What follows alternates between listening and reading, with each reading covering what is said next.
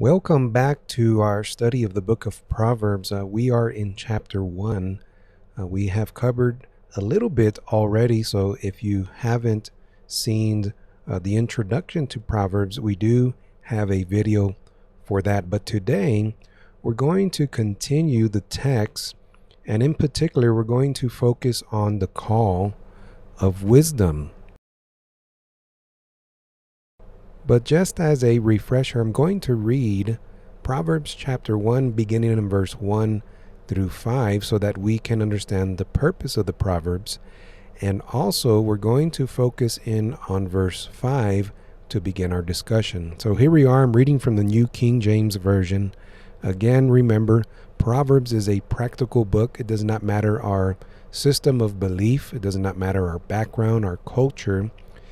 These are pithy, or terse statements, which means that they are brief and short but have a powerful impact in our lives. And also, we may have heard of the word maxim, which simply means a truth or a principle that we can follow that will help us in our everyday living.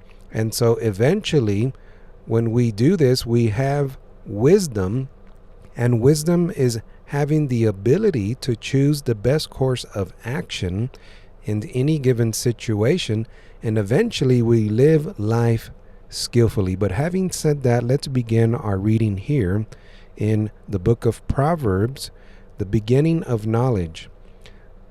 Verse 1. The Proverbs of Solomon, the son of David, king of Israel, to know wisdom and instruction, to perceive the words of understanding, to receive instruction of wisdom, to receive the instruction of wisdom, justice, judgment, and equity, to give prudence to the simple, to the young man knowledge and discretion. A wise man will hear and increase learning, and a man of understanding will attain to wise counsel. In these few verses, we then become familiar and recognize the purpose of the Proverbs. And again, we have covered this section, but this is just to remind us who the Proverbs are good for. And the Proverbs are good for everyone. It does not matter who we are. But now let's draw our attention to verse number 5 here. And I want to bring our learning attention to wise counsel. Notice with me when we look at the original language of wise counsel in the Hebrew, and if we are not familiar with some of the old language or old texts, the book of Proverbs in its original language is written in Hebrew, and sometimes it is helpful to go back into the original language and see what we can learn from certain words. And I found this one to be interesting because it gives us more insight, and especially spiritual insight. So take a look here. The wise counsel makes reference to direction or counsel. It can make reference to rope pulling or steering, directing a ship. This reminds me of my hometown there in South Texas, living by the Gulf. You sometimes see these large vessels coming in, and they have these tugboats that are helping them maneuver and steer to the port. And they go under the bridge very skillfully. And this is necessary because when you think about a large vessel without direction and without guidance, it can obviously drift away into sea without this guidance. And what Solomon, one of the writers here, is saying that when we obtain wisdom, it will help us to increase our learning, and that a man of understanding will attain wise counsel. And so sometimes in our lives, when we are steering through life and we sometimes feel lost, we don't have the answers, we don't know what path to take, and this is what the Proverbs are good for. They can steer us into the right direction so that we may not suffer the consequences of certain decisions in our lives. When you further think about any kind of career field where the person has reached the apex of their position, how did they get there? Well, they got there with discipline and skill. And a ship requires a person to be very skillful in steering such a large vessel. Imagine if the captain had no proper training and they just threw him out there in the sea.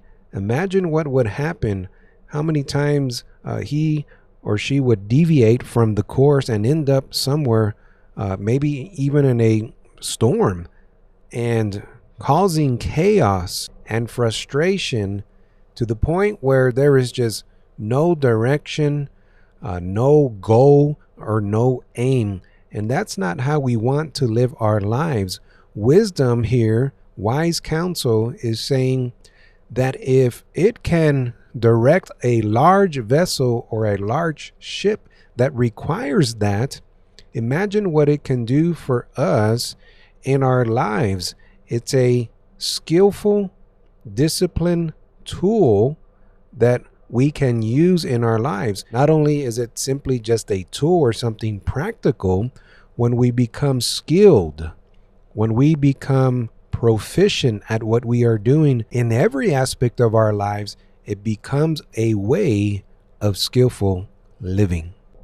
Now that we understand a little bit of the introductory text of Proverbs chapter 1, I want to continue in this discussion about the call of wisdom. And now that we have seen wisdom's directional guidance and how we can be guided and directed by wisdom, I want to discuss in this section warnings for the youth. And we'll begin here in verse number 8 in Proverbs chapter 1 by reading the following. Shun evil counsel. My son, hear the instruction of your father, and do not forsake the law of your mother, for they will be a graceful ornament on your head and chains about your neck. My son, if sinners entice you, do not consent. If they say, come with us, let us lie in wait to shed blood. Let us lurk secretly for the innocent without cause. Let us swallow them alive like Sheol, and whole like those who go down to the pit. We shall find all kinds of precious possessions. We shall fill our houses with spoil. Cast in your lot among us. Let us all have one purse. My son, do not walk in the way with them. Keep your foot from their path, for their feet run to evil, and they make haste to shed blood. Surely in vain the net is spread in the sight of any bird, but they lie in wait for their own blood. They lurk secretly for their own lives. In verse number 19, so are the ways of everyone who is greedy for gain. It takes away the life of its owners. When we begin to further dissect the scripture in the book of Proverbs chapter 1 concerning warnings for the youth, we begin to see that this can relate to modern society, such as gangs.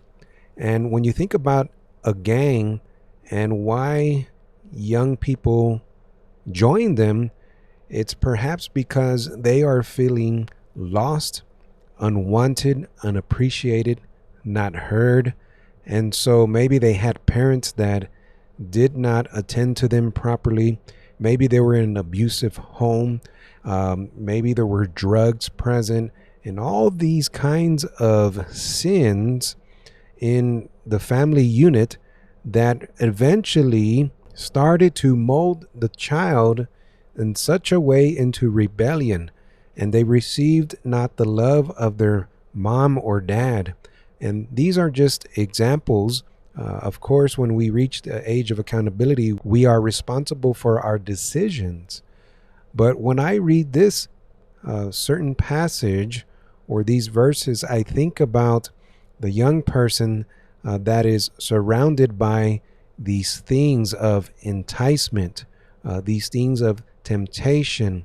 And usually some of the leaders of a gang, they offer something promising. Notice here in verse 13, we shall fill all kinds of precious possessions. We shall fill our houses with spoil.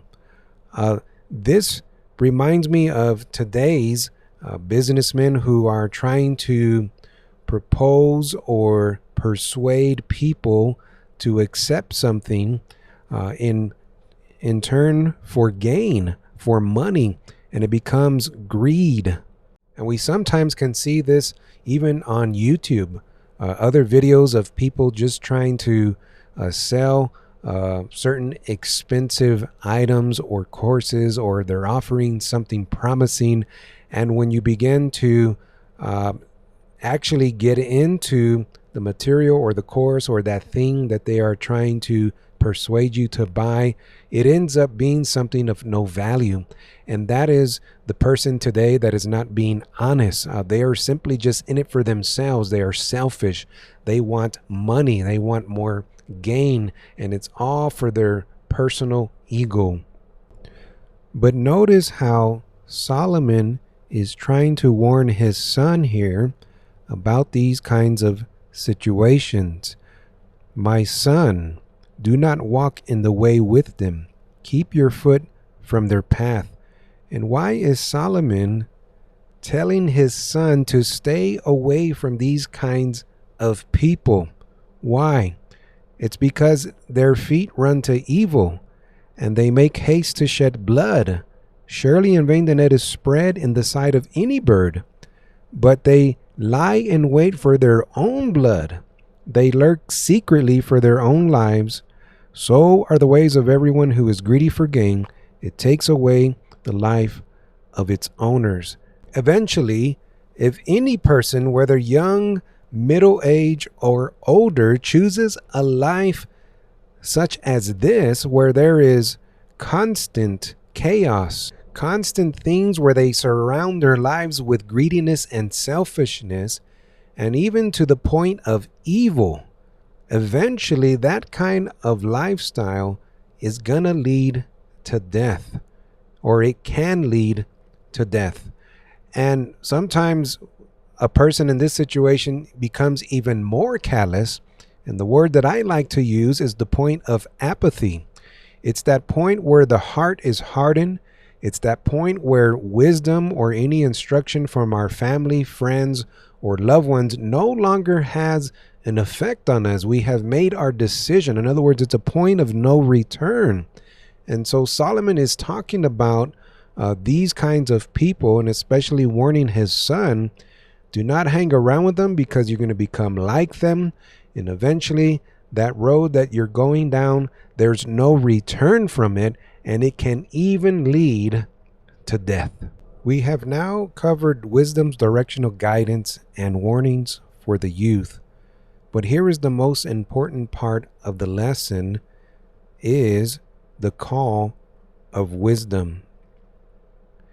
And wisdom is resounding so loudly that it knows that we must accept wisdom, because there are consequences of certain actions. Now let us draw our attention once again to a certain section of scripture here under the call of wisdom, beginning right here in verse number 20 through 23. Wisdom calls aloud outside. She raises her voice in the open squares. She cries out in the chief concourses, at the openings of the gates in the city. She speaks her words. How long, you simple ones, will you love simplicity? For scorners delight in their scorning, and fools hate knowledge. Stop right there and take a look at that. Fools hate knowledge. Let's not lose sight of that. Turn at my rebuke. Surely I will pour out my spirit on you, and I will make my words known to you. I would like to establish that sometimes we have no excuse when we are in a particular situation, because there are many resources around us. And I'm not making reference to those that truly, truly need help, that are less fortunate. Maybe they do not have a lot of things or money, and so they are truly needing help, and for others to come in and encourage them and get them out of a certain situation. But I'm talking about generally that really we have a lot of things at our fingertips, especially knowledge. The problem is that we do not sometimes choose to apply that knowledge. And so as Solomon here in the old times is continuing his thought towards his son, he is saying now, look, wisdom calls aloud outside. She raises her voice. She's there in the open waiting for you to take that knowledge and understanding, which equals wisdom. And the question is, how long do you want to live this kind of lifestyle? How long do you want to be simple and be taken advantage of? We need to equip ourselves with spiritual armor, because in the heart springs forth all the issues of life. And that is a later proverb we can discuss. And it allows us to protect ourselves from these things that we encounter in our everyday living. But notice here, this is an important section of scripture here that says, and fools hate knowledge. I think about the person that just is so arrogant, so hardened in their heart. They even come to the point of anger or even physical violence with a person trying to give them help or knowledge or understanding, and they hate knowledge. And the writer is emphasizing this, that fools that hate knowledge, they're eventually gonna become so trapped into this situation that there's no way out, because they hated knowledge. And jumping down here to verse 27, notice as we continue the passage here, we're almost to the end of chapter 1 here. So let's try to stay focused. And I really appreciate that you are learning the book of Proverbs with us. And I thank you that you have taken the time to study and become more spiritually enlightened. Notice here in verse number 27, when your terror comes like a storm and your destruction comes like a whirlwind, when distress and anguish come upon you, then they will call on me, but I will not answer. They will seek me diligently, but they will not find me, because they hated knowledge. I have to anticipate here that maybe sometimes we think that things are just going to work out accidentally. Maybe sometimes we think that someone is going to come in and rescue us. And unfortunately, sometimes that's not the case. When we are dealing with a very serious kind of sin in a person's life that is even to the point of probably leading to a road of death, this is what the Proverbs are trying to teach us. Wisdom is calling and calling and calling, but the person again becomes so hardened. They hate wisdom. They hate knowledge. And of course, the ancient writing calls this kind of person the fool or the foolish. And it's, as I was trying to hint at earlier, that this kind of outcome eventually leads to the point of no return, because the person hated knowledge and they did not answer the call of wisdom. And to substantiate this point that we are making, notice here in verse number 31 of Proverbs chapter 1, therefore they shall eat the fruit of their own way and be filled to the full with their own fancies. This is just simply saying what we have established in this part of the discussion for wisdom's call, that eventually the fool, or the person who hated instruction, is going to pay the consequences of their own actions, and they're going to eat their own fruits. It is never a happy moment or a joyful moment when a person falls, even our enemies. When they fall, yes, we do want justice, and yes, we do want a person to be accountable for their actions, but to be truly skillful in wisdom and understanding, we do not rejoice when a person falls. But if we have a loved one, a wife, a husband, a son or daughter, relatives that are close to us, that are in situations so deep, yes, we want to help them, and we are like the wisdom trying to tell them, hey, take this path, try this, try to stop living this certain way, because it's going to destroy you and your health and everything around you. And this is a plea for them to listen, and it's our way of expressing our love for them. But if they have continued over and over their path and their own decision, eventually, as the scripture says, they will eat of their own fruits. And we do not rejoice in that at all. We want to encourage people every day. We want to be good examples to people every day, to make changes, and also for us to be the light and also a good example to other people in society. There is much more that we can say about chapter 1 concerning things that pertain to our lives, but these are the sections that I wanted to share with you under the call of wisdom. And this will conclude chapter 1 as we have covered wisdom's directional guidance, warnings for the youth, and wisdom's resounding call. So my plea and my encouragement for you, if you have made it this far in the video, I want to encourage you to consider the Proverbs. Again, it does not matter our system of belief. These are principles that we can follow.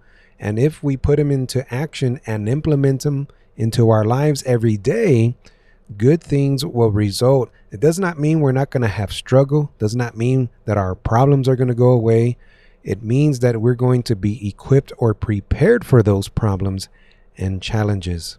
Again, thank you for taking the time to listen and be attentive, and for being patient through these discussions. I hope that it would be beneficial to all of us. And if you are liking these kind of discussions, and also discussions around spirituality, well-being, and intimate relationship tips, please subscribe to Survivoneers. It is a way to help the channel grow, and also to reach others, and also to encourage all of us as a whole.